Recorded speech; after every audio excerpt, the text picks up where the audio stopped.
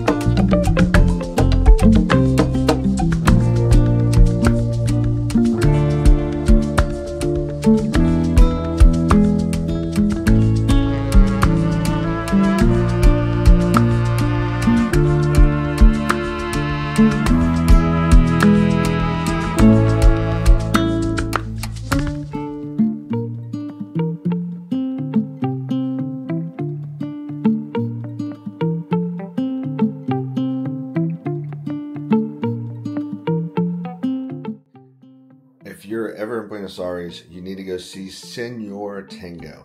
That show is phenomenal. And from Rio to Buenos Aires, he's and I talked, that's probably our top 2. Number 1 would be the fireworks show for New Year's Eve in Rio, and then that show. Out of the whole trip, it's that good. So come check it out, Senor Tango. You can get on Viator. It was like $98 per person, well worth it.